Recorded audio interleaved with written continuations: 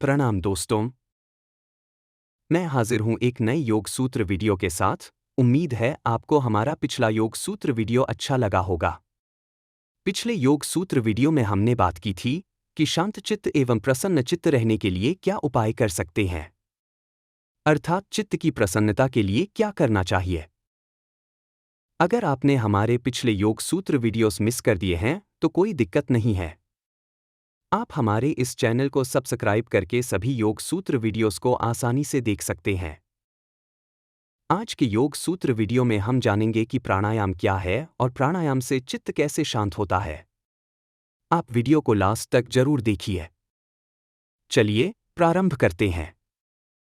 नासिका द्वारा प्रच्छर्दन अर्थात श्वास छोड़ना एवं विधारण अर्थात श्वास लेना की प्रक्रिया को बार बार दोहराने को ही प्राणायाम कहते हैं। प्राणायाम के अभ्यास से मन की साधनात्मक स्थिति बनती है या एकाग्र स्थिति बनती है।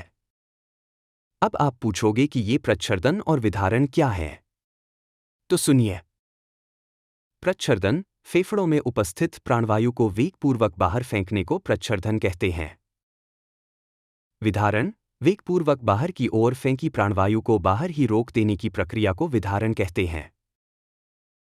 यहां आप यह समझो कि मन की स्थिति को साधने के लिए ये दो साधन हैं।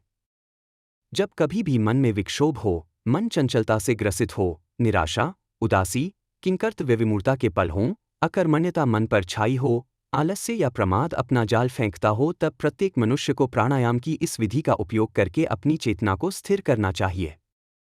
स्थिर हुई चेतना ही फिर ऊर्ध्वगामी होकर मनुष्य को प्रज्ञालोक तक लेकर जा सकती है।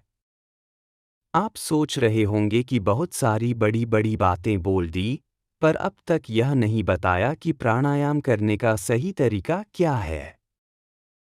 चलो समझते हैं कि प्राणायाम करने का सही तरीका क्या है। प्राणायाम के 3 मुख्य चरण होते हैं: रेचक, पूरक तथा कुंभक। इन 3 चरणों को क्रमानुसार ही करना चाहिए जिससे प्राणायाम करने का पूर्ण लाभ आपको मिले। सबसे पहला चरण है रेचक। इसमें हमें हमारे फेफड़ों में स्थित प्राणवायु को तेजी से बाहर की ओर तीव्रता से फेंकना है। परंतु ध्यान रहे कि सांस को बाहर निकालने की तीव्रता उतनी ही हो जिसमें आप सहज अनुभव करें। दमा या अन्य सांस संबंधित रोग से पीड़ित व्यक्तियों को इसका अभ्यास करते समय सामान्य गति से सांस छोड़नी चाहिए। दूसरा चरण है कुंभक।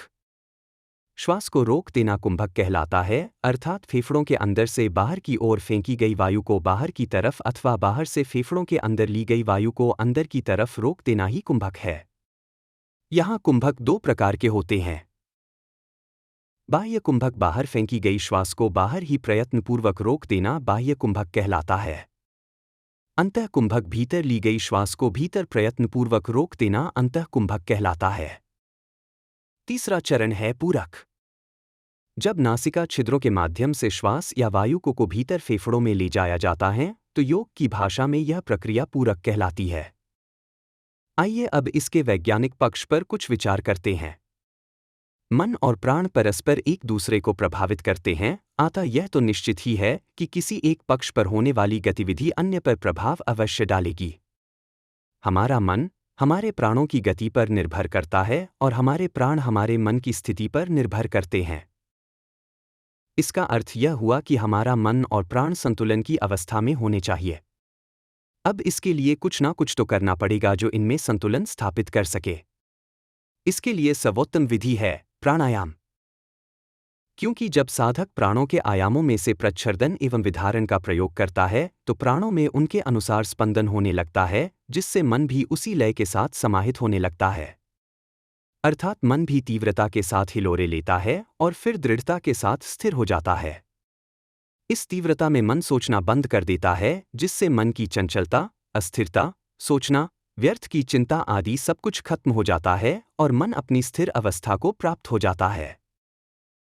यह पूर्णतः वैज्ञानिक बात है कि यदि मन को शांत करना है या उसे स्थिर अवस्था में लाना है तो यह केवल प्राणों में किए गए प्रयोगों से ही संभव है। मन को जितना हम सोचने के पार ले जा सकें उतना ही मन को स्थिर कर पाएंगे। धन्यवाद दोस्तों, उम्मीद है आपको यह जानकारी अच्छी लगी होगी। मिलते हैं नए ज्ञानवर्धक योग सूत्र के साथ। सभी योग सूत्र वीडियोस को देखने के लिए इस चैनल को सब्सक्राइब करें और वीडियो को अधिक से अधिक शेयर करें।